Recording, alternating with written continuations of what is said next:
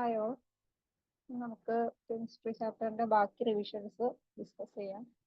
First ആദ്യം നമ്മൾ discuss ചെയ്തത് ഒരു ക്വസ്റ്റ്യൻ പേപ്പർ ആയിരുന്നു. ക്വസ്റ്റ്യൻ പേപ്പറിന്റെ ബാക്കി ഡിസ്കസ് ചെയ്ത ശേഷം നമുക്ക് ഇമ്പോർട്ടൻറ്റ് പോർഷൻസ് നോക്കാം. അപ്പോൾ അതിനായിട്ട് ഫയൽ ഒന്ന് ഷെയർ ചെയ്യാം.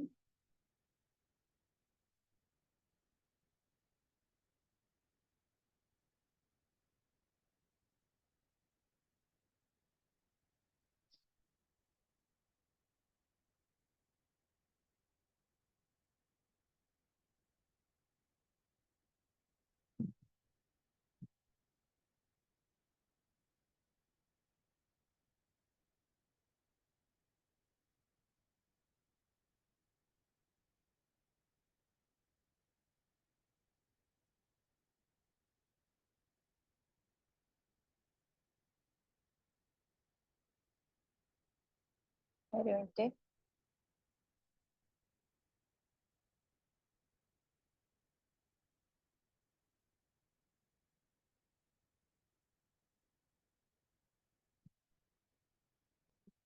ഓക്കെ, ഈ കെമിസ്ട്രി ക്വസ്റ്റ്യൻ പേപ്പർ ആയിരുന്നു നമ്മൾ ഷെയർ ചെയ്തത്. അതിന്റെ ഒരു ഇക്വേഷൻസിന്റെ പോർഷൻ വരെയാണ് നമ്മൾ നോക്കിയത്. ഇക്വേഷൻസ് ക്വസ്റ്റ്യൻ നമ്പർ പറയുവാണെങ്കിൽ ക്വസ്റ്റ്യൻ നമ്പർ 35 അവിടം വരെയാണ് നമുക്ക് അവിടെ വരെയാണ് സ്റ്റോപ്പ് ചെയ്ത് നിർത്തിയത് കഴിഞ്ഞ ക്ലാസ്സിൽ. അപ്പം അടുത്തതൊന്ന് നോക്കാം. അടുത്ത കുറച്ച് കംപ്ലീറ്റ് ദ കെമിക്കൽ റിയാക്ഷൻ എന്ന് പറയുന്ന പോർഷനാണ്.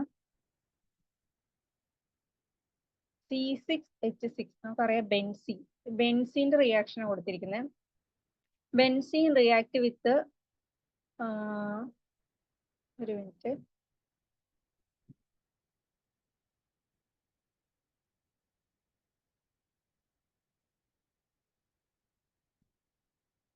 Benzene react with hydrogen, chlorine, bromine, nitrogen and fluorine അതാ കൊടുത്തിരിക്കുന്നത്. ബെൻസീൻ റിയാക്ട് വിത്ത് ഹൈഡ്രജൻ സൈക്ലോഹെക്സേൻ ഉണ്ടാകുന്നു.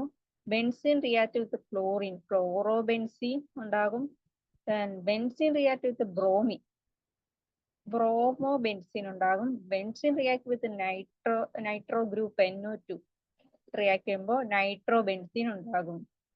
Last one benzene react with fluorine ഇപ്പം ഫ്ലൂറോബെൻസീൻ. ഇത്രയാണ് കെമിക്കൽ റിയാക്ഷൻ കംപ്ലീറ്റ് ചെയ്യാൻ കൊടുത്തിരിക്കുന്നത്. അതിൽ മെയിനായിട്ട് പ്രോഡക്റ്റ് എഴുതാനാണ് ചോദിച്ചിരിക്കുന്നത്. Then answer the following questions. 2 uses of hydrocarbon. ഹൈഡ്രോകാർബൺസിന്റെ 2 use എന്താണ്? പറയാം, ഹൈഡ്രോകാർബൺസ് ഒരുപാട് യൂസസ് ഉണ്ട്. രണ്ടെണ്ണം എഴുതാനാണ് പറഞ്ഞിരിക്കുന്നത്. കോമൺ ആയിട്ടും ഫ്യുവൽ ആയിട്ട് ഉപയോഗിക്കുന്നു. ഫ്യുവൽ പിന്നെ സോൾവെന്റ് ഇതൊക്കെയാണ് കോമൺ യൂസസ് പറയുന്നത് ഹൈഡ്രോകാർബൺസിന്റെ. ഇത് കൂടാതെ ലൂബ്രിക്കൻസ് ആയിട്ട് ഉപയോഗിക്കുന്നുണ്ട്. അങ്ങനെ ഒരുപാട് യൂസസ് ഉണ്ട്. 41th question. Write 2 general properties of S block elements. S block elementsന്റെ general properties എന്തൊക്കെയാണ്?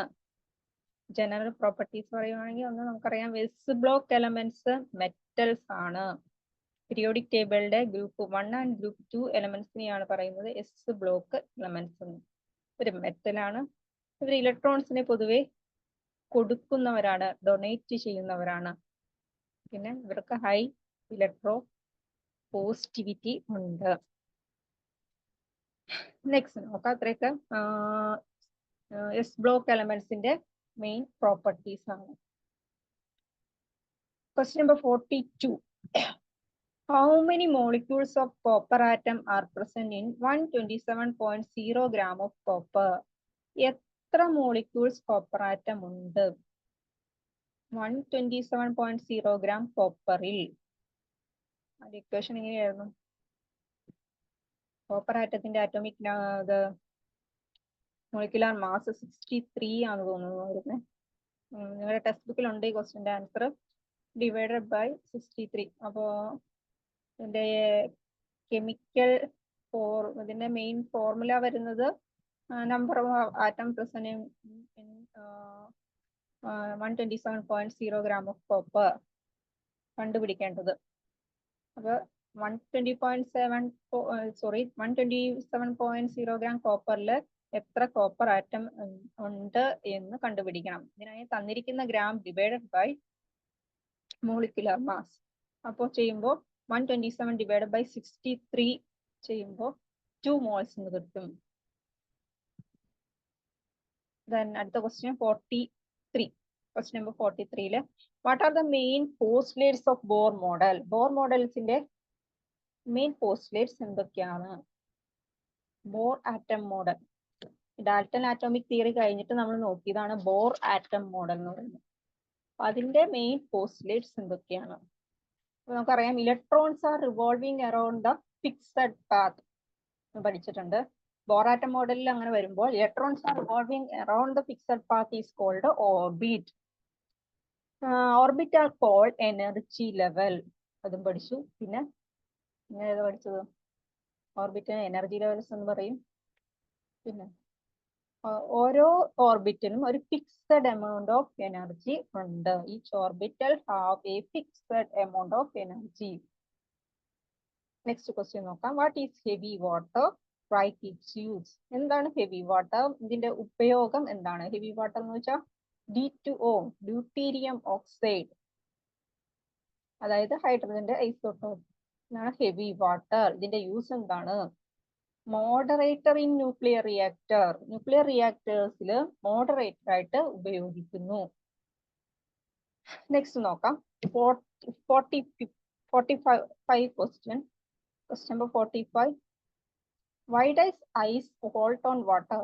ഐസ് വെള്ളത്തിൽ പൊങ്ങി കിടക്കാൻ കാരണം എന്താണ്? Density is less than that of water. 46.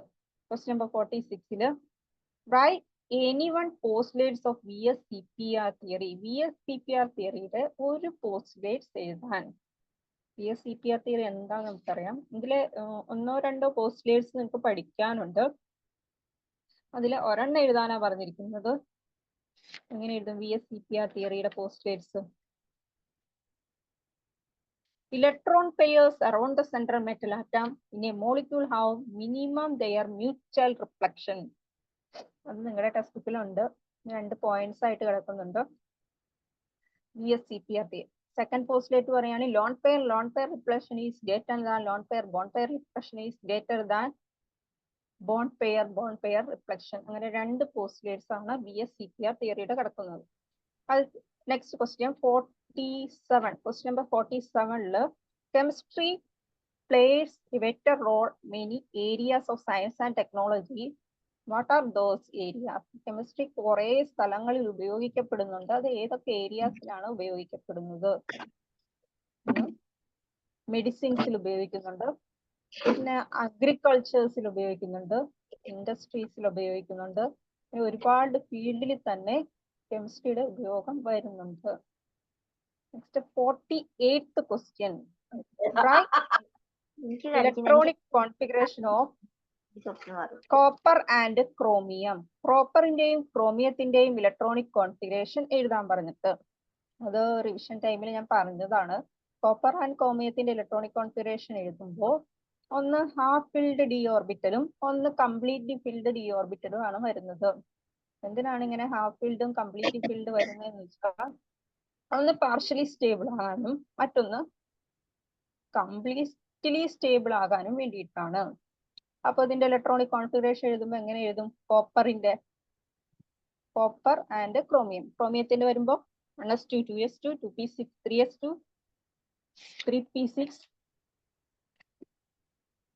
3p6 4s1 3d5 എന്ന് പറയും. ലാസ്റ്റ് സബ്ഷെല്ലിലെ ഇലക്ട്രോണിക് കോൺഫിഗറേഷൻ എന്ന് പറയുന്നത് 4s1 3d5 എന്ന് വരും.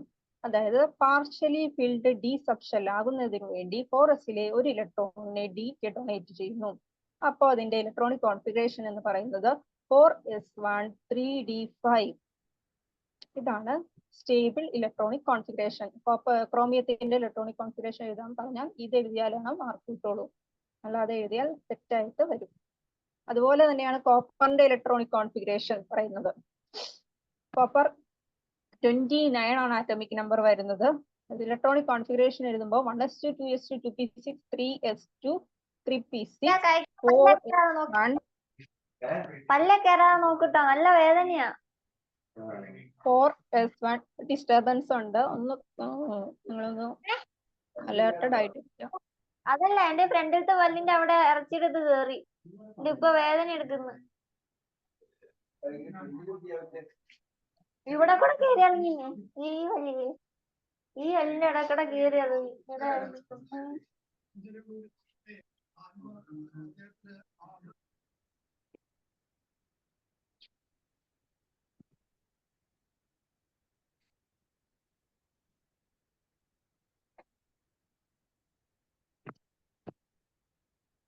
കഴിഞ്ഞു.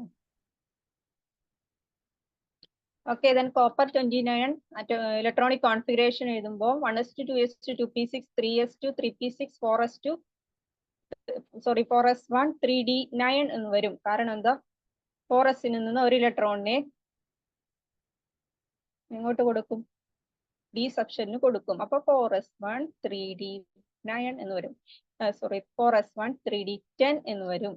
അങ്ങനെ ഇലക്ട്രോണിക് കോൺഫിഗറേഷൻ അവിടെ ഒരു കംപ്ലീറ്റ്ലി സ്റ്റേബിൾ ഇലക്ട്രോണിക് കോൺഫിഗറേഷൻ കിട്ടും. ഇതാണ് കോപ്പറിന്റെ സ്റ്റേബിൾ ഇലക്ട്രോണിക് കോൺഫിഗറേഷൻ.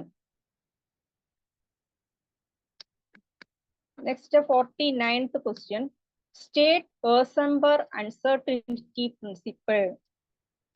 ഒറ്റ വാക്കിൽ എഴുതാവുന്നതേ ഉള്ളൂ അൺസർട്ടനിറ്റി പ്രിൻസിപ്പിളിനെ സ്റ്റേറ്റ് ചെയ്യാൻ വേണ്ടിയിട്ട്. എങ്ങനെ എഴുതും? Heisenberg uncertainty principle എഴുതും. cannot measure, എല്ലാവരും ആൻസർ ചെയ്തിട്ടുള്ള ക്വസ്റ്റ്യൻ ആണ്. we cannot measure both the position and momentum of substance inaccurately. നമുക്ക് കറക്റ്റ് ആയിട്ട് ആക്യുറേറ്റ് ആയിട്ട് മെഷർ ചെയ്യാൻ പറ്റില്ല പൊസിഷനും മൊമെന്റവും. അടുത്തത് 50, question number 50 main postulates of Bohr model. ഇത് റിപ്പീറ്റഡ് ആയിട്ട് വന്ന ക്വസ്റ്റ്യൻ ആണ്. ബോർ മോഡലിന്റെ പോസ്റ്റ്ലേറ്റ്സ് എഴുതുക. ബോർ മോഡലിന്റെ പോസ്റ്റ്ലേറ്റ്സ് പറയുമ്പോൾ കുറച്ച് മുമ്പ് ഞാൻ പറഞ്ഞതാണ്. കയറുന്നു electrons are revolving around a fixed path is called orbit. Orbit has a fixed amount of energy. Then each energy level, then it is called energy levels. Each orbital have fixed amount of energy. ഓർബിറ്റിനെ shell എന്ന് പറയും. ഈ ഓരോ ഷെല്ലിനും ഓരോ amount of energy ഉണ്ട്. വേറെ ഒരു പോസ്റ്റ്ലേറ്റ്സും പറയുവാണെങ്കിൽ electrons move one orbit to another. ഒരു ഓർബിറ്റിൽ നിന്ന് വേറൊരു ഓർബിറ്റിലേക്ക് പോകുമ്പോൾ എനർജി അബ്സോർബ് ചെയ്യോ റിലീസ് ചെയ്യോ ചെയ്യും. Then 51th question, 51ാമത്തെ question, what is Thomson model? എന്താണ് തോംസൺ മോഡൽ? തോംസൺ മോഡൽ എന്ന് പറയുമ്പോൾ തന്നെ നമുക്ക് ഓർമ്മയിൽ വരണം പ്ലം പുഡിംഗ് മോഡൽ അല്ലെങ്കിൽ വാട്ടർ മിലൺ മോഡൽ എന്ന് പറയും. ഇലക്ട്രോൺസ് സ്കാറ്റർ ചെയ്ത് കിടക്കുവാണ്, അത് ചിതറിക്കിടക്കുവാണ്. വാട്ടർ മിലണില് സീഡ് എന്ന പോലെ ഇലക്ട്രോൺസ് ചിതറിക്കിടക്കുന്നു. പ്ലം പുഡിങ്ങില് ആണെങ്കിൽ പുഡിങ്ങിലെ പ്ലം പോലെ ഇങ്ങനെ ഇലക്ട്രോൺസ് ചിതറിക്കിടക്കുന്നു. അപ്പോ അതിന്റെ ഒരു വാട്ട് ഈസ് തോംസൺ മോഡൽ എന്ന് ചോദിച്ചാൽ എങ്ങനെ പറയും?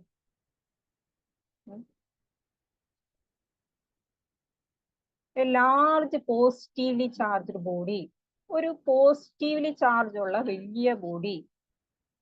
Negatively charge particles are scattered through it. Negatively charge particles ചിതറിക്കിടക്കുന്നു. It's called Thomson model. Plum pudding model എന്നും പറയും, വാട്ടർ മിലൺ മോഡൽ എന്നും പറയും. നെക്സ്റ്റ് ക്വസ്റ്റ്യൻ നോക്കാം.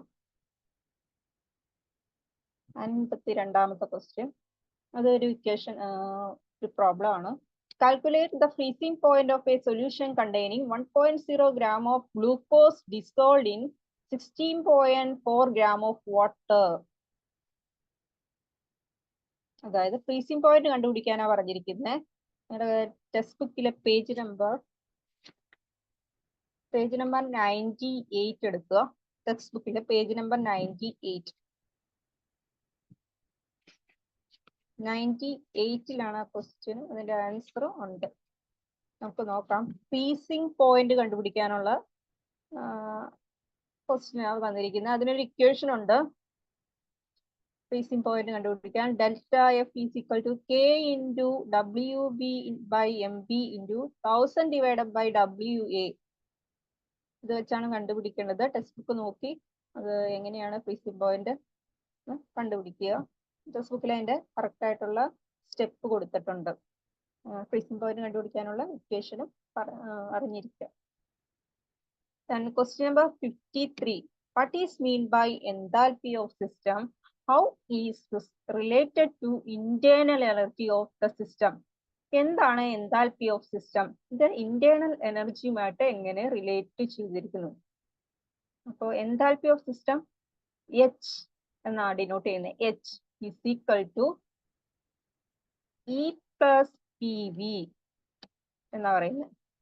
E plus PV. അപ്പോൾ enthalpy of a system define ചെയ്യാൻ പറഞ്ഞാൽ it is the sum of എന്ന് വെച്ചാൽ internal energy. It is the sum of internal energy and PV means pressure and volume. Product of pressure and volume. അതാണ് delta H equal delta E plus P delta V എന്ന് വരുന്നത്. It is the sum of internal energy and product of pressure and volume എന്ന് വരും. മനസ്സിലായി എന്ന് കരുതുന്നു. Next, 54. Question number 54. What is esterification reaction? Write its use. എന്താണ് esterification reaction? എന്താണ് ഇതിന്റെ ഉപയോഗം? esterification reaction എന്താണെന്ന് വെച്ചാൽ അങ്ങനെ പറയും. ആരൊക്കെ തമ്മിൽ റിയാക്ട് ചെയ്യുമ്പോൾ എസ്റ്റർ ഉണ്ടാകുന്നു. ഇതിനെയാണ് esterification reaction. അപ്പൊ ആരൊക്കെയാണ് റിയാക്ട് ചെയ്യുന്നത്? Reaction between alcohol and carboxylic acid. ഏതെങ്കിലും ആൽക്കഹോളും ഏതെങ്കിലും കാർബോക്സിലിക് ആസിഡും തമ്മിൽ റിയാക്ട് ചെയ്താൽ എസ്റ്റർ ഉണ്ടാകുന്നു.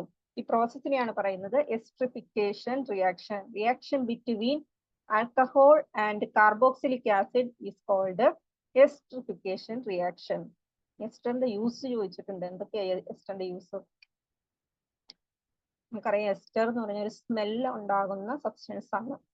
അപ്പോൾ സ്മെല്ല് ഉണ്ടാകുന്ന സബ്സ്റ്റൻസ് ഇതിലൊക്കെ ഉപയോഗിക്കും. സോപ്പിൽ ഉപയോഗിക്കും. സോപ്പിൽ സ്മെല്ലുണ്ട്. അതുകൂടാതെ പെർഫ്യൂംസിൽ ഉപയോഗിക്കും. അഗർബത്തി, അങ്ങനെ സ്മെല്ല് ഫ്ലേവേഴ്സ് തരുന്ന എല്ലാ ഐറ്റത്തിലും ഈ എസ്റ്റർ ഉപയോഗിക്കുന്നുണ്ട്. എന്നാണ് എസ്റ്ററിന്റെ use. Question number 55. Compare the properties of natural rubber and vulcanized rubber. Natural റബ്ബറിന്റെയും വൾക്കനൈസ്ഡ് റബ്ബറിന്റെയും പ്രോപ്പർട്ടീസ് കമ്പയർ ചെയ്യാനാണ് പറഞ്ഞിരിക്കുന്നത്. അങ്ങനെ കമ്പയർ ചെയ്യുന്നു. നമ്മൾ സിമ്പിൾ ആയിട്ട് പഠിച്ചു വെച്ചിട്ടുണ്ട്. Natural rubber non sticky, vulcanised rubber sticky. പിന്നെ natural rubber low tensile strength, vulcanised rubber high tensile strength. ഇതൊക്കെ ഓൾറെഡി നമ്മൾ പഠിച്ചു കഴിഞ്ഞതാണ്. ഹൈ ഇലാസ്റ്റിസിറ്റി, ലോ ഇലാസ്റ്റിസിറ്റി ഒക്കെ പഠിച്ചതാണ്. അപ്പോൾ ഏതെങ്കിലും 3-4 പ്രോപ്പർട്ടീസ് പഠിച്ചു വെക്കുക, കമ്പയർ ചെയ്യുന്നത് പഠിച്ചു വെക്കുക. Question number 56 compare the properties of thermoplastic and thermosetting plastic. Very important ആയ പോർഷൻ ആണ്. തെർമോപ്ലാസ്റ്റിക്കും തെർമോസെറ്റിംഗ് പ്ലാസ്റ്റിക്കും കമ്പയർ ചെയ്യാൻ, അതിന്റെ പ്രോപ്പർട്ടീസ് കമ്പയർ ചെയ്യാൻ. അപ്പൊ ആ തെർമോപ്ലാസ്റ്റിക് എന്താന്ന് പഠിക്കണം, തെർമോസെറ്റിംഗ് പ്ലാസ്റ്റിക് എന്താന്ന് പഠിക്കണം. തെർമോപ്ലാസ്റ്റിക് എന്ന് പറഞ്ഞാൽ ഹീറ്റാക്കി കൂളാക്കി ഉപയോഗിക്കുന്ന പ്ലാസ്റ്റിക്, അതാണ് തെർമോപ്ലാസ്റ്റിക്. പ്രോപ്പർട്ടീസ് ഓൾറെഡി നിങ്ങൾ പഠിച്ചു കഴിഞ്ഞതാണ്. ഈ തെർമോപ്ലാസ്റ്റിക്കും thermosetting plastic, heating on cooling എന്നൊക്കെ പറഞ്ഞ് പഠിച്ചത് ഓർമ്മയുണ്ടോ? തെർമോപ്ലാസ്റ്റിക്കിനെ it can be moulded into different shape, പല ഷേപ്പിലേക്ക് മാറ്റാൻ പറ്റും. By heating and cooling, heat ചെയ്ത് കൂൾ ചെയ്ത് പല ഷേപ്പിലേക്ക് മാറ്റാൻ പറ്റുന്ന പ്ലാസ്റ്റിക്കിനെയാണ് തെർമോപ്ലാസ്റ്റിക് എന്ന് പറയുന്നത്. എക്സാമ്പിൾ പറയുകയാണെങ്കിൽ PVC പൈപ്പ് ഒക്കെ നമ്മൾ ജോയിൻ ചെയ്യാൻ വേണ്ടി ഹീറ്റ് ചെയ്ത് വളയ്ക്കുന്നുണ്ട്. PVC ഒരു തെർമോപ്ലാസ്റ്റിക് ആണ്. ഇതൊരു ടെമ്പററി ചേഞ്ച് ആണ്, തൽക്കാലത്തേക്കുള്ള ചേഞ്ച് ആണ്. വീണ്ടും ഹീറ്റ് ചെയ്ത് നമുക്ക് വേറൊരു പ്രോഡക്റ്റ് ആക്കി മാറ്റാൻ പറ്റും. അപ്പോൾ ഹീറ്റ് ചെയ്ത് കൂൾ ചെയ്ത് പുതിയ പ്രോഡക്റ്റ് ഉണ്ടാക്കുന്നു.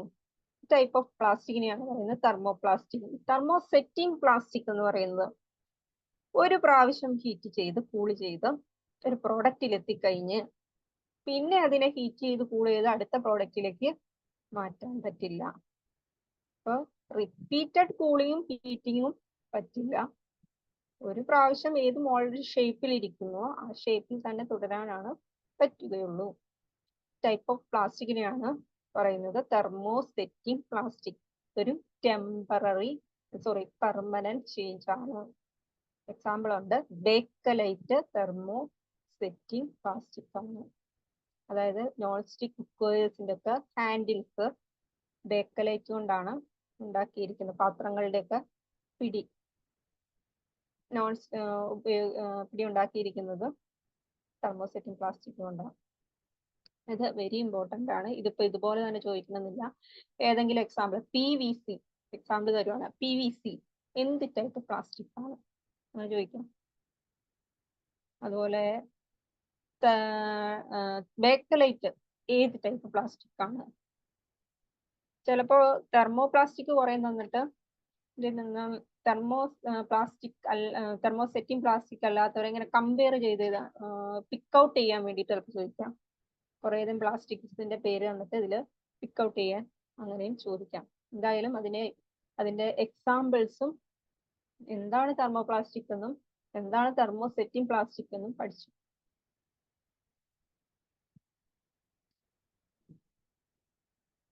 Next, question number 57. Difference between DNA and RNA. DNA, RNA തമ്മിലുള്ള ഡിഫറൻസ് എന്താണ്? ആൾറെഡി നിങ്ങൾ പഠിച്ചിട്ടുള്ളതാണ്. ഡിഫറൻസ് പൊതുവെ അതിന്റെ ഡബിൾ ഹെലിക്സ് സ്ട്രക്ചർ ആണ് DNA വരുന്നത്. പിന്നെ അതിന്റെ ഡിയോക്സി റൈബോസ് എന്ന് പറയും. മറ്റാണെങ്കിൽ തയാമിൻ അതിന് പകരം എരിത്രോസൈൻ ഉപയോഗിക്കുന്നു. അടുത്തത് ഡിസ്കസ് ബ്രീഫ്ലി. ഇവിടെ കുറച്ച് കെമിക്കൽ റിയാക്ഷൻ ആണ് കൊടുത്തിരിക്കുന്നത്. ഇത് എന്താണെന്ന് ഡിസ്കസ് ചെയ്യാൻ പറഞ്ഞിട്ടുണ്ട്. Chloroform preparation, iodoform preparation and Cannizzaro reaction, then Rosenmund 1 reduction. നോക്കാം. Chloroform preparation. ഈ ക്ലോറോഫോമും ഐഡോഫോമും കമ്പയർ ചെയ്ത് പഠിക്കുകയാണെങ്കിൽ നമുക്ക് ഈസി ആയിട്ട് പഠിക്കാൻ പറ്റും. Chloroform and ഐഡോഫോം. ക്ലോറോഫോമിൽ ക്ലോറിനുമായിട്ടുള്ള റിയാക്ഷനാണ് പറയുന്നത്. ദെൻ ഐഡോഫോമിൽ അയഡിനുമായിട്ടുള്ള റിയാക്ഷൻ. ആരൊക്കെയാണ് ക്ലോറിനുമായിട്ട് റിയാക്ട് ചെയ്യുന്നത്? Heating ethanol or propanone with chlorine. എഥനോളും പ്രൊപ്പനോളും ക്ലോറിനുമായിട്ട് റിയാക്ട് ചെയ്യുന്നു. In presence of alkali product is formed. that reaction is called chloroform reaction. അല്ലെങ്കിൽ ക്ലോറോഫോം പ്രിപ്പറേഷൻ എന്ന് പറയും. ഇതേ റിയാക്ടൻസ് തന്നെ അയഡിനുമായിട്ട് റിയാക്ട് ചെയ്താൽ in presence of alkali it is called iodoform reaction അല്ലെങ്കിൽ ഐഡോഫോം പ്രിപ്പറേഷൻ എന്ന് പറയും.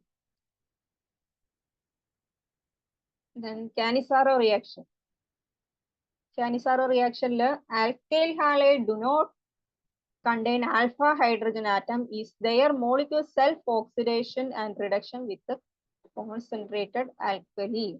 Alkyl halide alpha hydrogen atom ഇല്ലാത്ത ആൽക്കൈൽ ഹാലൈഡ് അവര് സ്വന്തമായി ഓക്സിഡേഷനും റിഡക്ഷനും നടത്തുന്നു. ആ പ്രോസസ്സിനെയാണ് പറയുന്നത് കാനിസാറോ റിയാക്ഷൻ. ഇതിന്റെയൊക്കെ കെമിക്കൽ ഇക്വേഷൻ നിർബന്ധമായിട്ടും പഠിക്കണം. Then Rosenman reduction. Rosenman reduction എന്ന് പറയുന്നത് acid chloride reduced by aldehyde by passing hydrogen gas hot solution of acid chloride, presence of palladium deposited over barium sulfate. Text ബുക്കിലുണ്ട് കുറച്ചുകൂടെ ഡീറ്റെയിൽ ആയിട്ട്. ഈ barium sulphate barium സൾഫേറ്റില് deposit ചെയ്യുന്നു എന്നാണ് പറയുന്നത്. ടൈപ്പ് ഓഫ് റിയാക്ഷൻ ആണ് പറയുന്നത് Rosenmund reduction. Next valence bond theory describe ചെയ്യാൻ. കുറച്ച് മുമ്പ് നമ്മൾ അതിന്റെ VSEPR തിയറിയുടെ പോസ്റ്റേറ്റ്സ് നോക്കിയായിരുന്നു. അതുകൂടി ഒന്ന് എക്സ്പ്ലനേഷൻ കൊടുക്കണം. 60 question number 60 explain Sandmeyer reaction and diazotisation reaction. Very important ആണ് ഡൈസറ്റേഷൻ റിയാക്ഷൻ. ഡൈസറ്റേഷൻ റിയാക്ഷനിൽ ബെൻസീൻ ഡൈസോണിയം ക്ലോറൈഡിന്റെ റിയാക്ഷൻ ആണ് പറയുന്നത്. സാൻമേൻ റിയാക്ഷനിൽ അനിലി ഉപയോഗിക്കുന്നു. അപ്പൊ എങ്ങനെയാണെന്ന് നോക്കാം. സാൻമേൻ reaction, aniline react with sodium nitrate and HCl to form benzene diazonium chloride. Benzene diazonium chloride അനലിയിൽ നിന്ന് ഉണ്ടാകുന്ന പ്രോസസ്സിനെയാണ് പറയുന്നത് സാൻമേയർ റിയാക്ഷൻ. ഇക്വേഷൻ നിർബന്ധമായിട്ടും പഠിച്ചിരിക്കണം. അതുപോലെ diazotisation reaction, benzene diazonium chloride react with copper chloride to form chlorobenzene. നമ്മുടെ ബെൻസീൻ ഡയസോണിയം ക്ലോറൈഡ് കോപ്പർ ക്ലോറൈഡുമായിട്ട് react ചെയ്ത് ക്ലോറോബെൻസീൻ ഉണ്ടാകുന്നു. ഈ പ്രോസസ്സിനാണ് പറയുന്നത് ഡൈസർട്ടേഷൻ റിയാക്ഷൻ. ഒന്ന് രണ്ടും കമ്പയർ ചെയ്ത് പഠിക്കുകയാണെങ്കിൽ എങ്ങനെ പഠിക്കും? ഒന്നില് ബെൻസീൻ ഡയസോണിയം ക്ലോറൈഡ് ഉണ്ടാകുന്നു, ഒന്നില് ബെൻസീൻ ഡയസോണിയം ക്ലോറൈഡ് ഉപയോഗപ്പെടുത്തുന്നു. ഏതിലാ ബെൻസീൻ ഡയസോണിയം ക്ലോറൈഡ് ഉണ്ടാകുന്നത്? സാൻമേൻ റിയാക്ഷനിൽ ബെൻസീൻ ഡയസോണിയം ക്ലോറൈഡ് ഉണ്ടാകുന്നു. അതേസമയം ഡൈസർട്ടേഷൻ റിയാക്ഷനിൽ ബെൻസീൻ ഡയസോണിയം ക്ലോറൈഡ് റിയാക്ടന്റ് ആയിട്ട് ഉപയോഗപ്പെടുത്തുന്നു. അതായത് ബെൻസീൻ ഡയസോണിയം ക്ലോറൈഡ് കോപ്പർ ക്ലോറൈഡുമായിട്ട് റിയാക്ട് ചെയ്ത് ക്ലോറോബെൻസീൻ ഉണ്ടാകുന്നു. അങ്ങനെ ഓരോ റിയാക്ഷനും കമ്പയർ ചെയ്ത് പഠിക്കുകയാണെങ്കിൽ ഈസി ആയിട്ട് ചെയ്യാൻ പറ്റും. അതുപോലെ ഇക്വേഷൻ എഴുതിയിട്ട് അതുമായി റിലേറ്റ് ചെയ്ത് അതിന്റെ റിയാക്ഷൻ പഠിക്കുക. അതായത് റിയാക്ഷൻ സെന്റൻസിൽ എഴുതാൻ പഠിക്കുക ഇക്വേഷൻ വെച്ചിട്ട്. അങ്ങനെയാണെങ്കിൽ നമുക്ക് രണ്ടും സ്കോർ ചെയ്യാൻ പറ്റും. അപ്പൊ ഇത്രയേ ഉള്ളൂ ഈ ഒരു ക്വസ്റ്റ്യൻ പേപ്പർ. നെക്സ്റ്റ് ഡേ നമുക്ക് അടുത്ത ക്വസ്റ്റ്യൻ പേപ്പർ ഡിസ്കസ് ചെയ്യാം. കഴിഞ്ഞ ക്ലാസ്സിൽ പറയാൻ വിട്ടുപോയ ചെറിയ ഇമ്പോർട്ടൻറ്റ് പോർഷൻസ് അവിടെ ഉണ്ടായിരുന്നു. അതുകൂടി ഡിസ്കസ് ചെയ്തിട്ട് നമുക്ക് നോക്കാം.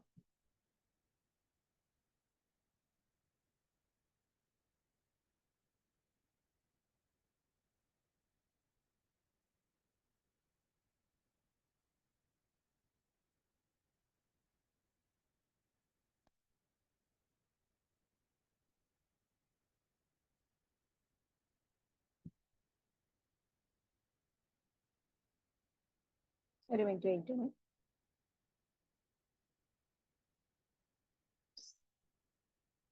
Documents.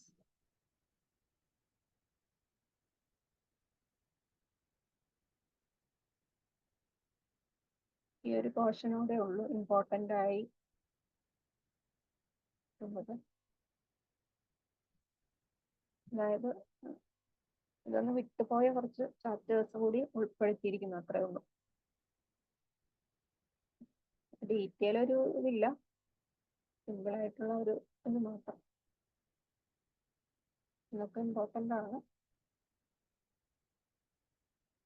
ഇമ്പോർട്ടൻ്റ് ആയത് മാത്രമേ ഉൾപ്പെടുത്തിയിട്ടുള്ളൂ. ക്ലോറോഫോണൈഡൊക്കെ ഇമ്പോർട്ടൻ്റ് ആണ്. ഓക്കെ, ഇവിടെ മുതലാണ് വരുന്ന സ്ട്രക്ചർ. കുറച്ച് സ്ട്രക്ചേഴ്സ് തന്നിരിക്കുന്നത്. ഒന്ന് H2O2. H2O2 എന്ന് പറയുന്നത് ഹൈഡ്രജൻ പെറോക്സൈഡ്. അതിന്റെ സ്ട്രക്ചർ കൊടുത്തിരിക്കുന്നത് ഹൈഡ്രജൻ പെറോക്സൈഡിന്റെ സ്ട്രക്ചർ. അതുപോലെ SO2 സൾഫർ ഡയോക്സൈഡിന്റെ സ്ട്രക്ചർ SO2. അതുപോലെ O3 അറിയാം, ഓസോണിന്റെ സ്ട്രക്ചർ. അവിടെ ഒരു 2 O തമ്മിൽ ഡബിൾ ബോണ്ട് വന്നിട്ടുണ്ട്. ഇതുകൂടാതെ സിനോൺ ഫ്ലൂറൈഡിന്റെ സ്ട്രക്ചർ. അത് കഴിഞ്ഞിട്ട് ഇമ്പോർട്ടൻ്റ് ആയിട്ടുള്ള ഒരു പോർഷനാണ് DDT BSC. എങ്ങനെ വേണമെങ്കിലും ചോദിക്കാം. ഒന്ന് ഈ DDTയുടെ കംപ്ലീറ്റ് നെയിം, BSCയുടെ കംപ്ലീറ്റ് നെയിം, അല്ലെങ്കിൽ ഇതിന്റെ യൂസ്, അല്ലെങ്കിൽ ഇതിന്റെ സ്ട്രക്ചർ. ഈ 3 വഴിയിലൂടെ പോകാൻ ചാൻസ് ഉണ്ട്. നോക്കാം. DDT dichloro diphenyl trichloro ethane ആണ് DDT. Dichloro diphenyl trichloro ethane. എന്തിനാ യൂസ് ചെയ്യുന്നത്? ഇൻസെക്ടിസൈഡ് ആയിട്ട് യൂസ് ചെയ്യുന്നു. DDT ഇൻസെക്ടിസൈഡ് ആയിട്ട് ഉപയോഗിക്കുന്നു. സ്ട്രക്ചർ ഉണ്ടല്ലോ, ടെക്സ്റ്റ് ബുക്കിലെ സ്ട്രക്ചർ കുറച്ചുകൂടെ ഉണ്ട്, എന്തായാലും പഠിച്ചു വെക്കണം. BSC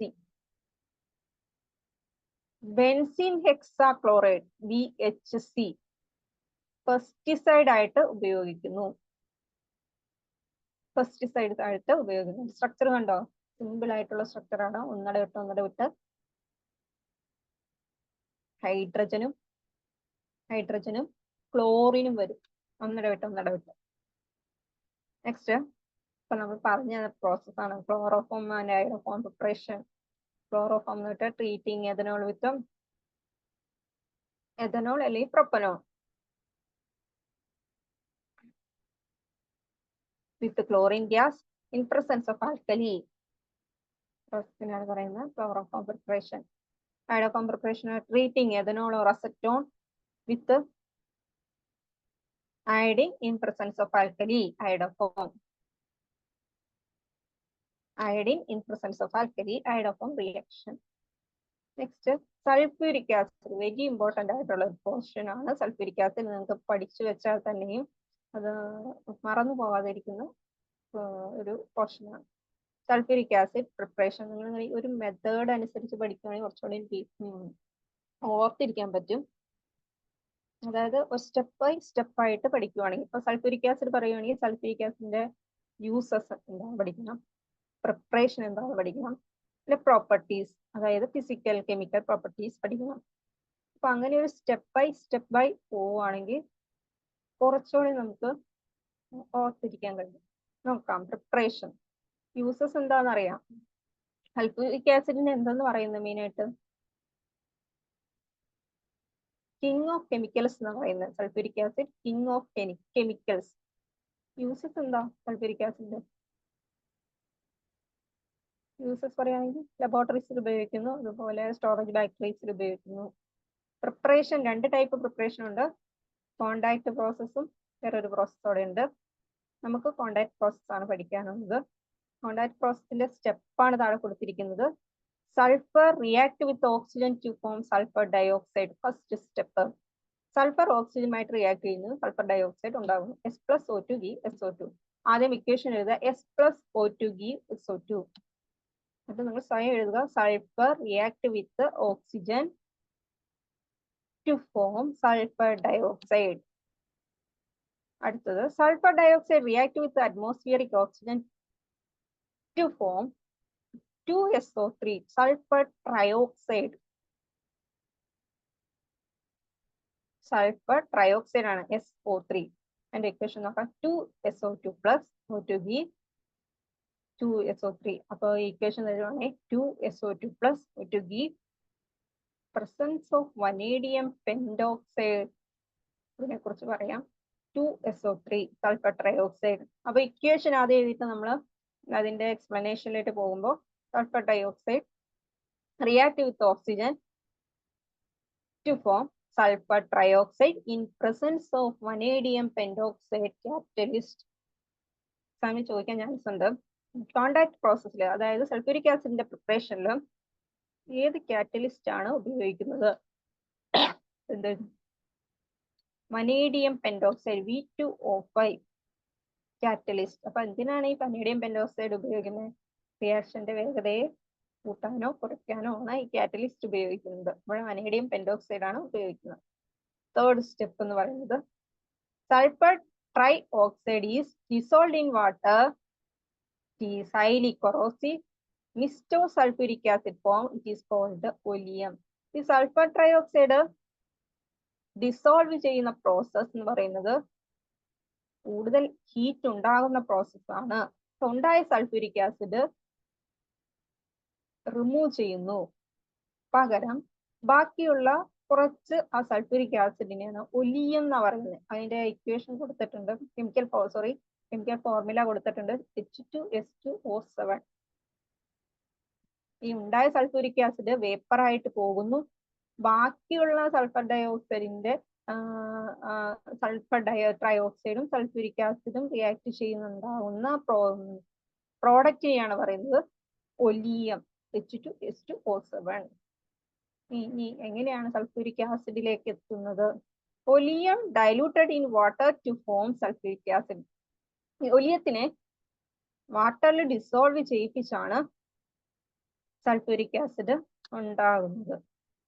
ഇത്രയാണ് സ്റ്റെപ്പ് പറയുന്നത്. ഇതിന്റെ ഒരു ഇക്വേഷൻ ഉണ്ട്. അപ്പോൾ സിമ്പിൾ ആയിട്ട് ഇങ്ങനെ പഠിച്ചു വെക്കുക. അല്ലെങ്കിൽ നിങ്ങൾക്ക് പറ്റുന്ന വിധത്തിലേക്ക് മാറ്റിയെടുക്കുക. അടുത്ത് നോക്കാം.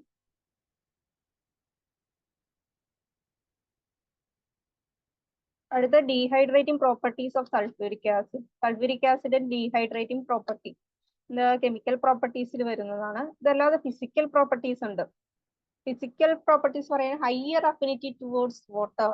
വെള്ളത്തിനോട് ഹയർ അഫിനിറ്റി ഉണ്ട്. അത് സൾഫ്യൂരിക് ആസിഡ് ആയിക്കോട്ടെ, ഏത് ആസിഡ് ആയിക്കോട്ടെ, വെള്ളത്തിനോട് കൂടുതൽ അഫിനിറ്റി ഉണ്ട്. പൊതുവെ നമ്മൾ ആസിഡിനെ ഡയലൂട്ട് ചെയ്യുമ്പോൾ അതിലേക്ക് പൊതുവെ ചെയ്യുന്ന കാര്യം എന്ന് പറഞ്ഞാൽ വാട്ടർ, ഒരു ടെസ്റ്റ് ട്യൂബിലാണ് ചെയ്യുന്നതെങ്കിൽ വാട്ടർ ടെസ്റ്റ് ട്യൂബിൽ എടുത്ത ശേഷം 1-2 ഡ്രോപ്പ് ആസിഡ് ആഡ് ചെയ്ത് സ്റ്റിയർ ചെയ്ത് നന്നായി ഇളക്കിയാണ് ഡൈല്യൂട്ടഡ് ആയിട്ട് മാറ്റുന്നത്. അല്ലാതെ തിരിച്ചാ ചെയ്യുന്നതെങ്കിൽ, അതായത് ആസിഡ് ടെസ്റ്റ് ട്യൂബിൽ എടുത്തു അതിലേക്ക് വാട്ടർ ഒഴിക്കുകയാണ് എങ്കിൽ അവിടെ ഹീറ്റ് എനർജി ഉണ്ടാകും, മോർ ഹീറ്റ് എനർജി ഉണ്ടാകും, കൊറോസീവ് പ്രോസസ്സിന് സാധ്യതയുണ്ട്, എക്സ്പ്ലോഷൻ ഉണ്ടാകും. അപ്പോൾ ഒരിക്കലും അങ്ങനെ ചെയ്യാൻ പാടില്ല. ആസിഡിലേക്ക് വാട്ടർ ഒഴിക്കാൻ പാടില്ല. വാട്ടറിലേക്ക് 1-2 ഡ്രോപ്പ് ആസിഡ് ആഡ് ചെയ്ത് സ്റ്റിയർ ചെയ്ത് വേണം ഒന്ന് ഡൈലൂട്ടഡ് ആക്കുന്നത്. ആ പ്രോസസ്സിനെയാണ് അത് സൾഫ്യൂരിക് ആസിഡിന്റെ ഫിസിക്കൽ പ്രോപ്പർട്ടീസിൽ പെടുന്നതാണ്.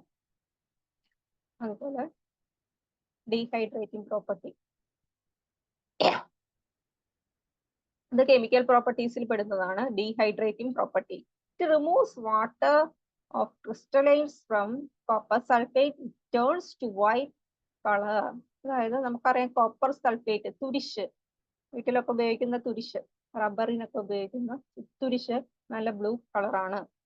ഇതിലേക്ക് കുറച്ച് സൾഫ്യൂരിക് ആസിഡ് ആഡ് ചെയ്താൽ കുറച്ചു നേരം കഴിയുമ്പോൾ ആ തുരിശിന്റെ കളർ മാറി വൈറ്റ് ആയിട്ട് മാറും. കാരണം എന്താണെന്ന് വെച്ചാൽ ഈ തുരിശിലുണ്ടായിരുന്ന വാട്ടറിനെ സൾഫ്യൂരിക് ആസിഡ് റിമൂവ് ചെയ്യിപ്പിച്ചു. അങ്ങനെ വാട്ടർ മൊത്തം റിമൂവ് ചെയ്ത ഒരു അൺഹൈഡ്രസ് കോപ്പർ സൾഫേറ്റ് ആയിട്ട് മാറി. അപ്പൊ അങ്ങനെയുള്ള കഴിവിനെയാണ് പറയുന്നത് ഡീഹൈഡ്രേറ്റിംഗ് പ്രോപ്പർട്ടി. ഇത് കൂടാതെ ഒരെണ്ണൂടെ ഉണ്ട്, സൾഫ്യൂരിക് ആസിഡിന്റെ ഷുഗർ. അത് പഠിക്കാനുണ്ടെന്ന് തോന്നുന്നു. ഷുഗറിലേക്ക് സൾഫ്യൂരിക് ആസിഡ് ആഡ് ചെയ്യുമ്പോൾ, പഞ്ചസാരയിലേക്ക് സൾഫ്യൂരിക് ആസിഡ് ആഡ് ചെയ്താൽ കുറച്ച് കളർ മാറുന്ന കാണാം. പിന്നെ കുറെ നേരം കഴിയുമ്പോൾ ഡാർക്ക് കളറായിട്ട് മാറും. കുറച്ച് നേരം കഴിയുമ്പോൾ അത് കരിഞ്ഞ കളറായിട്ട് മാറും. കാരണം ഷുഗറിലുള്ള വാട്ടർ കണ്ടന്റിനെ സൾഫ്യൂരിക് ആസിഡ് റിമൂവ് ചെയ്യിപ്പിച്ചു. അങ്ങനെ കാർബൺ മാത്രമായിട്ട് അവശേഷിക്കുന്നു. അതാണ് ഈ കറുത്ത കളറിൽ കാണുന്നത്. അതും ഡീഹൈഡ്രേറ്റിംഗ് പ്രോപ്പർട്ടീസിന് എക്സാമ്പിൾ ആണ്. ഇക്വേഷൻ താഴെ കൊടുത്തിട്ടുണ്ട്. It removes water from sugar. ഷുഗറിൽ നിന്ന് വാട്ടറിനെ റിമൂവ് ചെയ്യുന്നു. നെക്സ്റ്റ് ആണ് ഡാൾട്ടൺ ആറ്റോമിക് തിയറി. ജോൺ ഡാൾട്ടന്റെ ആറ്റോമിക് തിയറി, അത് ഫസ്റ്റ് ചാപ്റ്ററിലുള്ളതാണ്. വെരി ഇമ്പോർട്ടന്റ് ആണ്. ആദ്യമായിട്ട് ആറ്റത്തെ കുറിച്ച് സ്റ്റഡി ചെയ്ത ഒരു അതിനെക്കുറിച്ചുള്ള പോയിന്റ്സ്, പ്രോപ്പർട്ടീസ് കണ്ടുപിടിച്ചത് ഡാൾട്ടൺ ആണ്. നോക്കാം. First point, matter consist of indivisible atom. ആറ്റത്തെ ഡിവൈഡ് ചെയ്യാൻ പറ്റില്ല. ഇൻഡിവിസ് ആറ്റം ഈസ്, ഇപ്പൊ ഇതുപോലെ പഠിക്കണമെന്നൊന്നുമില്ല. Atom is indivisible. Second point, atom of same element have same properties and mass. Atom same, ഒരു ആറ്റത്തിലെ എല്ലാ എലമെന്റും ഒരേ പ്രോപ്പർട്ടി കാണിക്കുന്നു, അതുപോലെ ഒരേ മാസും കാണിക്കുന്നു. Third point, atom of different element are different properties and mass. ഒരാറ്റത്തിലെ ഡിഫറെന്റ് എലമെന്റ്സ് ഡിഫറെന്റ് പ്രോപ്പർട്ടി കാണിക്കുന്നു, different മാസും കാണിക്കുന്നു. In the fourth question, atom is indestructible and retain their identity in chemical reaction. Atom എന്ന് പറയുന്നത് നമുക്ക് അവരുടെ properties loss ചെയ്യുന്നില്ല. എപ്പോഴും അവരുടെ കെമിക്കൽ റിയാക്ഷനിൽ അവരുടെ പ്രോപ്പർട്ടീസ് കാണിക്കുന്നു, അവരുടെ ക്യാരക്ടർ കാണിക്കും. Then fifth one, compounds are formed by combination of atoms. Atoms combine ചെയ്താണ് കോമ്പൗണ്ട്സ് ഉണ്ടാകുന്നത്. ഇത്രയാണ് ജോൺ ഡാൾട്ടന്റെ ആറ്റോമിക് തിയറിയിലെ മെയിൻ പോസ്റ്റുലേറ്റ്സ് എന്ന് പറയുന്നത്. Next fundamental particles. ഏതൊരു ക്വസ്റ്റ്യൻ പേപ്പറിൽ കണ്ടതാണ് ഫണ്ടമെന്റൽ പാർട്ടിക്കിൾസ് ഏതൊക്കെയാണ്? Proton, neutron, electrons. ദെൻ അടുത്തത് ബോർ മോഡൽ ആറ്റം. ഇതും ഇമ്പോർട്ടന്റ് ആണ്. നീൽസ് ബോർ എന്ന് പറയുന്ന സയന്റിസ്റ്റ് ആറ്റത്തെ കുറിച്ച് സ്റ്റഡി ചെയ്ത് കണ്ടെത്തിയ കാര്യങ്ങൾ. ഇതിന്റെ പോസ്റ്റ്വേറ്റ്സ് മാത്രമേ കൊടുത്തിട്ടുള്ളൂ. Electrons revolving around in the fixed path is called orbit. Each orbit have definite amount of energy. Electron changes orbit by absorbing and releasing energy. പറഞ്ഞിരിക്കുന്നത് ഇലക്ട്രോൺസ് റിവോൾവ് ചെയ്യുന്ന ഫിക്സഡ് പാത്തിന് ഓർബിറ്റ് എന്നാ പറയുന്നത്. ഈ ഓർബിറ്റിന് ഫിക്സഡ് എമൗണ്ട് ഓഫ് എനർജി ഉണ്ട്. Electron ഒരു ഓർബിറ്റിൽ നിന്ന് വേറൊരു ഓർബിറ്റിലേക്ക് പോകുമ്പോൾ അവിടെ എനർജി അബ്സോർബ് ചെയ്യുകയോ റിലീസ് ചെയ്യുകയോ ചെയ്യുന്നു. Third point angular momentum of electrons. ഇവിടെ ഒരു ഇക്വേഷൻ കൊടുത്തിരിക്കുന്നത്. പിന്നെ ആംഗുലാർ മൊമെന്റം കണ്ടുപിടിക്കാനുള്ള ഇക്വേഷൻ NH/2π. നെക്സ്റ്റ് നമ്മൾ കുറച്ചും മുമ്പ് ഡിസ്കസ് ചെയ്ത തോംസൺ മോഡൽ അല്ലെങ്കിൽ പ്ലം പുഡിംഗ് മോഡൽ എന്ന് പറയും, അല്ലെങ്കിൽ വാട്ടർമിലൺ മോഡൽ എന്ന് പറയും. നോക്കാം. Atom can be considered a large positive charged body with a number of small particles. That is, number of negatively charged particles scattered through it. അപ്പോൾ atom എന്ന് പറയുന്ന ഒരു വലിയ പോസിറ്റീവ് ചാർജ് ഉള്ള ബോഡിയാണ്. അതിന്റെ അകത്ത് നെഗറ്റീവ് ചാർജ്ഡ് പാർട്ടിക്കിൾസ് സ്കാറ്റർ ചെയ്തിരിക്കുകയാണ്, വിതറിയിട്ടിരിക്കുകയാണ്. ഇറ്റ് ഈസ് കോൾഡ് വാട്ടർമിലൺ മോഡൽ അല്ലെങ്കിൽ പ്ലം പുഡിംഗ് മോഡൽ എന്ന് പറയും. നെക്സ്റ്റ് നോക്കാം, മനസ്സിലാവണമെന്ന് കരുതുന്നു. Rutherford gold foil experiment. Experiment എന്താണ് ടെക്സ്റ്റ് ബുക്കിലുണ്ട്. നമുക്ക് ഇതിന്റെ റൂദർഫോർഡ് ഗോൾഡ് ഫോയിൽ എക്സ്പെരിമെന്റ് പോസ്റ്റ്വേറ്റ്സ് മാത്രം നോക്കാം. എക്സ്പെരിമെന്റ് പറയുകയാണെങ്കിൽ പോസിറ്റീവ് ചാർജർ ആൽഫ പാർട്ടിക്കിൾ അങ്ങോട്ട് കടത്തിവിടുന്നു, ഗോൾഡ് ഫോയിലിലേക്ക് കടത്തിവിടുന്നു. അപ്പോൾ കുറച്ച് ആൽഫ പാർട്ടിക്കിൾസ് ഗോൾഡ് ഫോയിലിലൂടെ കടന്നു പോകുന്നതായിട്ട് കാണാൻ പറ്റും. കുറച്ചൊക്കെ അതിന്റെ പാത്ത് ഡീവിയേറ്റ് ചെയ്യുന്നതാണ്, കുറച്ചൊക്കെ ബൗൺസ് ബാക്ക് ചെയ്യുന്നു, തിരിച്ചു പോരുന്നതായിട്ട് കാണാൻ പറ്റും. അപ്പൊ എന്തോ ഒരു സംഭവം അതിന്റെ അകത്തുണ്ട്. ആറ്റം എന്നതിൽ എന്തൊക്കെയോ ചാർജ് ഉള്ളവയോ അല്ലെങ്കിൽ ചാർജ് ഇല്ലാത്തവയോ ആയ കണങ്ങൾ ഉണ്ട്. നോക്കാം. Positive charge alpha particle passed through a very thin foil, gold foil. Some of alpha particle passes through gold foil and some deviate their path and some are bounced back. അപ്പോൾ gold ഫോയിലൂടെ alpha particles means positive charge particles ആണ്. അവരെ കടത്തി വിട്ടപ്പോ ചില alpha particles ഒക്കെ കടന്നുപോയി, ചില alpha particles തിരിച്ചു വന്നു, ചില ആൽഫ പാർട്ടിക്കിൾസ് അതിന്റെ പാത്ത് ഡീവിയേറ്റ് ചെയ്തു.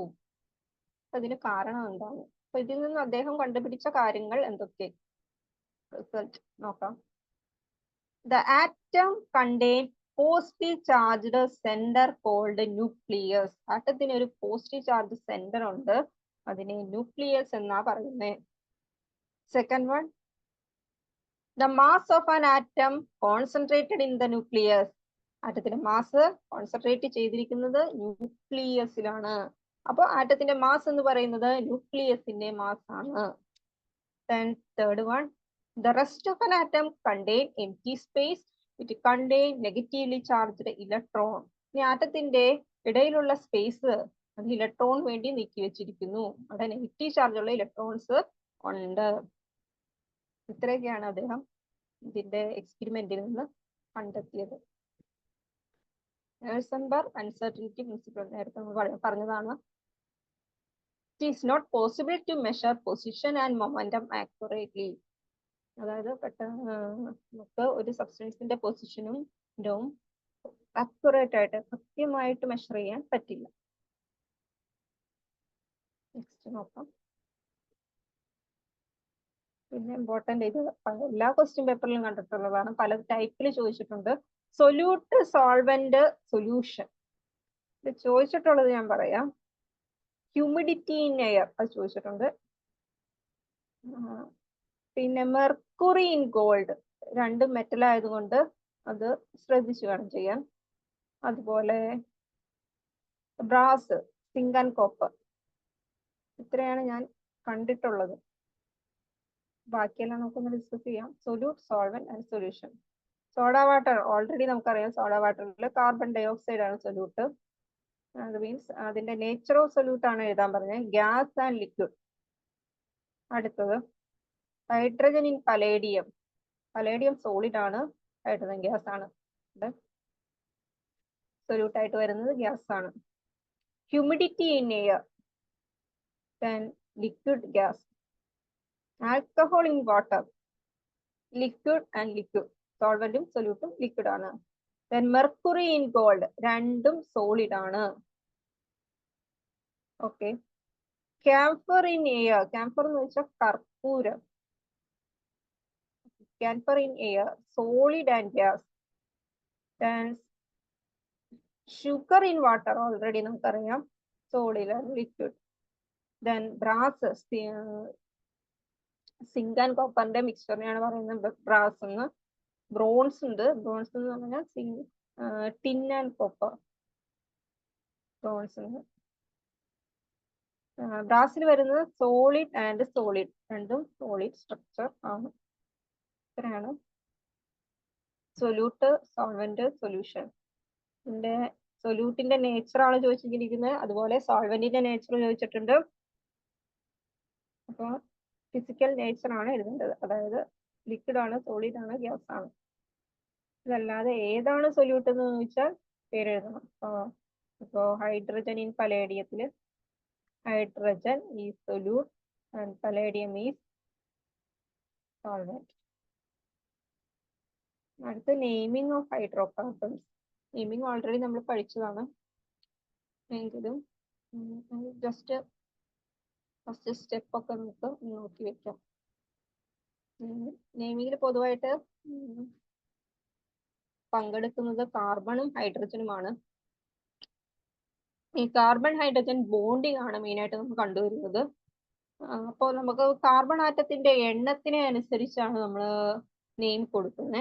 അപ്പൊ വരുമ്പോ കാർബൺ ആറ്റം ഒരു ചെയിനിൽ ഒരു കാർബൺ ആറ്റം ഉള്ളെങ്കിൽ അതിന് മെത്ത് എന്ന് പറയും. രണ്ടാണെങ്കിൽ എത്ത്, 3 കാർബൺ ആറ്റം ആണെങ്കിൽ prop, 4 carbon atom ബ്യൂട്ട്, 5 carbon atom pent, 6 carbon atom HECS, 7 carbon atom hept, 8 ആണെങ്കിൽ ഒക്റ്റ്, അങ്ങനെ വരും. ഇത് കൂടാതെ വേറൊരു കാര്യം കൂടെ നോക്കാനുണ്ട്, സഫിക്സ്. സഫിക്സ് എന്ന് വെച്ചാൽ ഈ കാർബൺ ആറ്റം തമ്മിലുള്ള ബോണ്ടിങ് എങ്ങനെയാണ്. കാർബൺ ആറ്റം തമ്മിൽ സിംഗിൾ ബോണ്ട് ആണെങ്കിൽ അത് ആൽക്കെയിൻ ഫാമിലിയിൽ പെടുന്നതാണ്. ആൽക്കെയിനിന്റെ AN സഫിക്സ് ആയിട്ട് കൊടുക്കണം. കാർബൺ ആറ്റം തമ്മിൽ ഡബിൾ ബോണ്ട് ആണെങ്കിൽ അത് ആൽക്കീൻ ഫാമിലിയിൽ പെടുന്നതാണ്. അപ്പൊ അതിന് EN എന്ന് കൊടുക്കണം. ഇനി കാർബൺ ആറ്റം തമ്മിൽ ട്രിപ്പിൾ ബോണ്ട് ആണ് എങ്കിൽ അവര് ആൽക്കൈൻസ് ഫാമിലിയിൽ പെടുന്നതാണ്. അപ്പൊ അതിനെ എന്തായിട്ട് കൊടുക്കണം, YNE എന്ന് കൊടുക്കണം. ശേഷം നെയിം ചെയ്യുക. അപ്പൊ ഒരു ലോങ് ചെയിൻ നെയിം ചെയ്യാൻ ആവശ്യമായ കാര്യങ്ങളാണിത്. ഓരോ സ്റ്റെപ്പ് കഴിയുന്തോറും നെയിമിങ്ങില് ഓരോ റൂൾസ് വന്നുകൊണ്ടിരിക്കും. അപ്പൊ ഫസ്റ്റ് നോക്കാം, ഒരു ലോങ് ചെയിൻ ആ താഴെ കൊടുത്തിരിക്കുന്നത്, സ്ട്രെയിറ്റ് ചെയിൻ. ഇവിടെ നോക്കുമ്പോൾ 5 കാർബൺ ആറ്റം ഉള്ള ഒരു ചെയിൻ ആണ്. ഓക്കെ, അപ്പൊ നമുക്ക് 5 കാർബൺ ആറ്റം എന്ന് പറയുമ്പോൾ അതിന്റെ വേർഡ് റൂട്ട് കിട്ടി, പെന്റ് എന്ന് പറയും. 5 carbon atom pent. Okay, then nature of bonding. Carbon carbon എന്ത് ടൈപ്പ് ഓഫ് ബോണ്ടിങ് ആണെന്ന് നോക്കുക. കാർബൺ കാർബൺ ആറ്റം തമ്മിൽ സിംഗിൾ ബോണ്ട് ആണോ, ഡബിൾ ബോണ്ട് ആണോ, ട്രിപ്പിൾ ബോണ്ട് ആണോ? കാർബൺ ആറ്റം തമ്മിൽ സിംഗിൾ ബോണ്ടേ ഉള്ളൂ. അങ്ങനെ വരുമ്പോൾ AN ചേർക്കണം. Word root and suffix. Word root pent എന്ന് പറഞ്ഞു, സഫിക്സ് ആൽക്കൈൻ ആയതുകൊണ്ട് ANE ചേർക്കുക. പെന്റ് ANE, പെൻജേൻ എന്ന് വരും. സ്ട്രെയിറ്റ് ചെയിന്റെ കാര്യം മാത്രമാണ് പറഞ്ഞത്, പെൻജേൻ. ഇതിന്റെ കാർബൺ ആറ്റത്തിന്റെ ഇടയിൽ ഡബിൾ ബോണ്ട് വരുവാണെങ്കിൽ പെന്റ് എന്ന് വരും. ട്രിപ്പിൾ ബോണ്ട് വന്നിട്ടുണ്ടെങ്കിൽ അതിനെ പെന്റ് ഐൻ YNE വരും. ശ്രദ്ധിച്ചു ചെയ്യുക നേച്ചർ ഓഫ് ബോണ്ടിങ്ങും കാർബൺ ആറ്റത്തിന്റെ എണ്ണവും. അടുത്തത്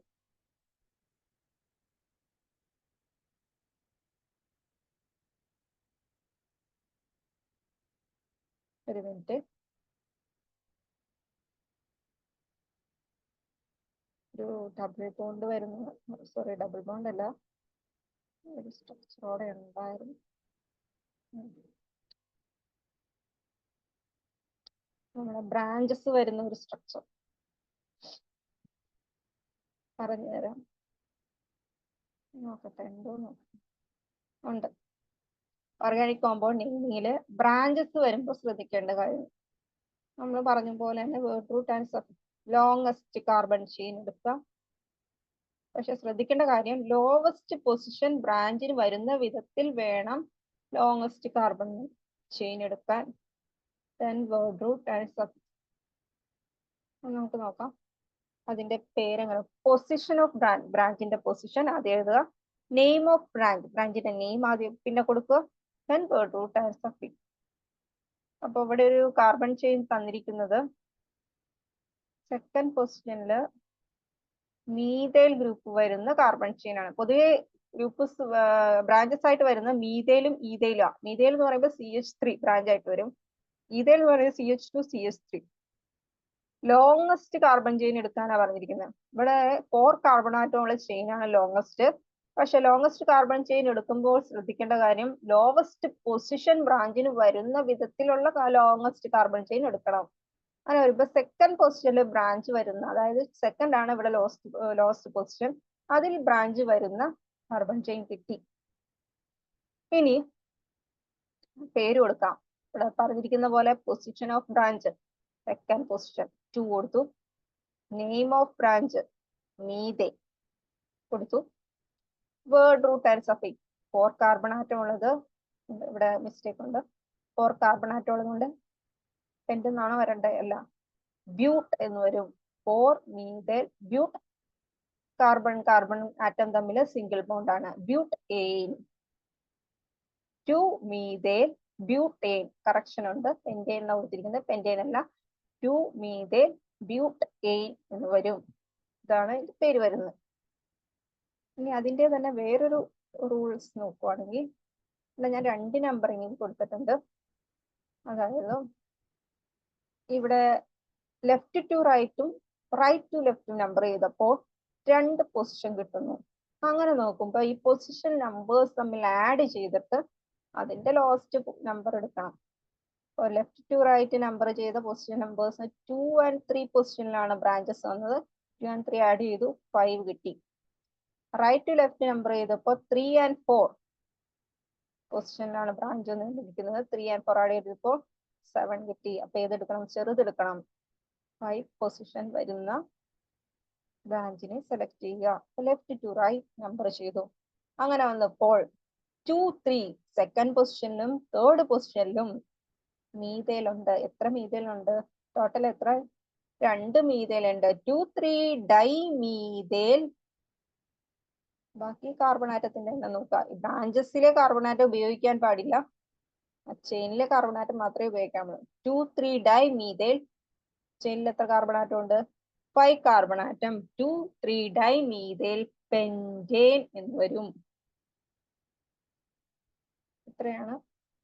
ഇത് കൂടാതെ ഉണ്ടെന്ന് നിങ്ങൾക്ക് അറിയാം, പക്ഷെ ഇത്രയും നിർബന്ധമായിട്ടും പഠിച്ചു വെക്കുക. പിന്നെ അടുത്ത് പറയുന്നത് ബെൻസീന്റെ സ്ട്രക്ചർ. ബെൻസീനിൽ ഒരു CH3 ബ്രാഞ്ച് ആയിട്ട് വന്നാൽ മീതൈൽ ബെൻസീൻ എന്ന് പറയും. സൈക്ലോഹെക്സേന്റെ സ്ട്രക്ചർ, സൈക്ലോബ്യൂട്ടന്റെ സ്ട്രക്ചർ. പിന്നെ നൈട്രോ ബെൻസീൻ, ബെൻസീനിൽ NO2 ഗ്രൂപ്പ് വന്നാൽ നൈട്രോ ബെൻസീൻ എന്ന് പറയും. ബെൻസീനിൽ NH2 ഗ്രൂപ്പ് അനിലീൻ വന്നാൽ, സോറി NH2 അമീനോ ഗ്രൂപ്പ് വന്നാൽ അനിലീൻ എന്ന് പറയും. ബെൻസീൻ 2 ബ്രാഞ്ച് വന്നു. അപ്പോ അതിന്റെ പൊസിഷൻ വെച്ച് കൊടുക്കണം. ഫസ്റ്റ് പൊസിഷനിൽ ഈതൈൽ ബ്രാഞ്ച് C2H5, തേർഡ് പൊസിഷനിൽ മീതൈൽ 1 ഈതൈൽ 3 ഈതൈൽ ബെൻസീൻ എന്ന് പറയും. അപ്പോൾ ഇങ്ങനെ വേണം ചെയ്യാൻ. ഇത്രയാണ് ഇന്നത്തെ ക്ലാസ്സിൽ ഡിസ്കസ് ചെയ്യാൻ ഉദ്ദേശിച്ചത്. അടുത്ത ക്ലാസ്സിൽ നമുക്ക് ക്വസ്റ്റ്യൻ പേപ്പർ ഡിസ്കഷൻ ചെയ്യാം. ഏകദേശം ഇമ്പോർട്ടൻ്റ് ആയത് മാത്രം കവർ ചെയ്തിട്ടുണ്ട്. അതിനെ സിംപ്ലിഫൈ ചെയ്താണ് ഞാൻ കൊടുത്തിരിക്കുന്നത്. നമുക്ക് കൂടുതൽ ഡീറ്റെയിൽസ് വെരിഫിക്കേഷൻ വേണമെങ്കിൽ അത് ടെക്സ്റ്റ് തുറന്ന് നോക്കാം. മെയിനായിട്ട് ഇക്വേഷൻസ് പഠിക്കണം. ഇക്വേഷൻ എക്സാമിന് ചോദിച്ചിട്ടുണ്ട്. പലരും ഇക്വേഷൻ മറന്നു പോകുന്നു, അല്ലെങ്കിൽ അത് കോംപ്ലിക്കേറ്റഡ് ആയിട്ട് കാണുന്നത് കൊണ്ട് അത് പഠിക്കാൻ വിട്ടുപോകും. ഓക്കെ, നെക്സ്റ്റ് ഡേ കാണാം. Thank you.